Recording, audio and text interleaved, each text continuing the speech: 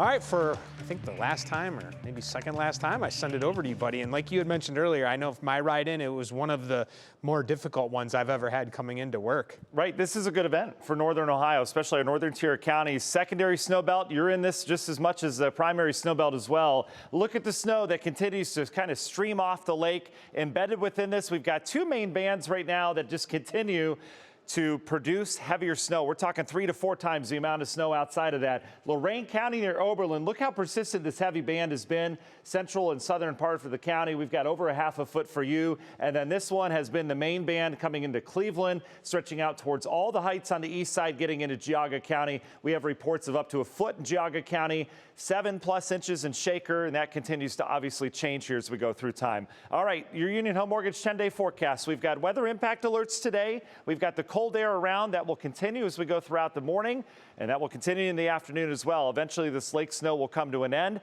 Friday and Saturday, we'll have temperatures that bounce back with a few snow showers around, but shouldn't be too problematic. And then next week, we get another round of cold Monday into Tuesday. Temps will be coming down with that one, with teens expected on Tuesday. In terms of our temperatures later next week, we'll have 20s in the forecast with snow showers around, but overall going to be very, very cold around here as we go through next week as January continues to go. All right, Marissa, can we send it over to you? How much time do I have, Claire? A little bit of time left? Oh, 3 minutes left. All right, well, let's dive into the forecasts. I'll go back. We can go over some other things as well. All right, let's talk about your total forecast here. Yeah, I guess I got my time cues confused. I thought we had 45 seconds. I'm sorry. All right, live TV, everybody. Here's what we got going on. We've got lake effect snow warnings that continue in the light shaded blue areas, and then we've got winter weather advisories outside of that. Mother Nature doesn't draw lines, right? So it doesn't care here. Erie and Huron County have had some serious snow here this morning on the eastern half of the county. Here's your live shot downtown. We've got another snow squall moving in. 12 degrees over at Hopkins right now.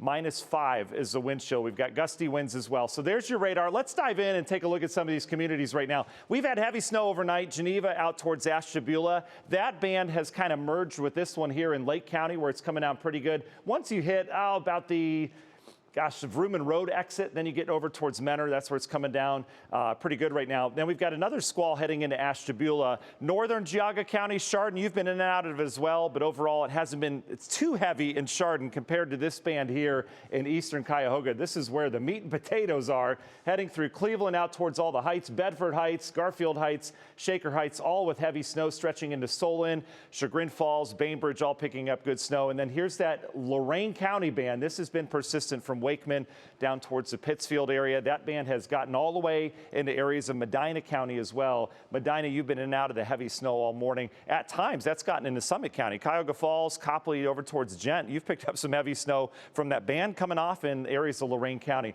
So here's this low pressure continues to swirl. We've got lots of moisture over the next couple hours with this. I do not see much change in terms of the forecast with this. Cold, frigid air continues to dump across the eastern half of the country. Temps right now are in the upper teens where you have the snow. Single digits where you don't have the snow, you've got the clearing skies. There's that wind gusty out of the west, producing wind chill values well below 0. It is just a bone-chilling cold morning outside, and there's not going to be much improvement as we go throughout the day, as temps stay right near 20. Snow will back off, though. That's the important thing. I think by afternoon into the evening, we'll start to veer these snow bands out towards the east. I'll show you what I mean with our National Design hour-by-hour forecast. Snow continues through noon, and then watch how that shift takes place. This is because another system's moving in. It's saying, make room for me.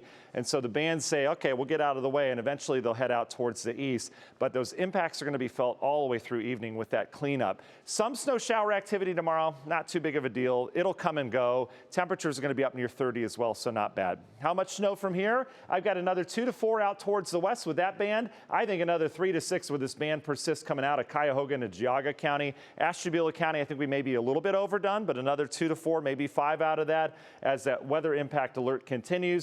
Here's your weekend, though, Brissa, 33 on Saturday, 18 on Sunday with colder air coming back in here.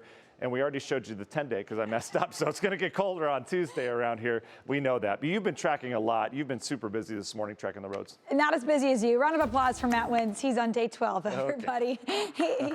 Final stretch, Matt.